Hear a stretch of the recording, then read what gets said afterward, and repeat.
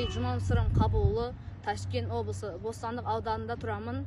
Жасым 12-де. Мен қазір сіздерге жолыққан қандай жақсы әнін орындап беремін.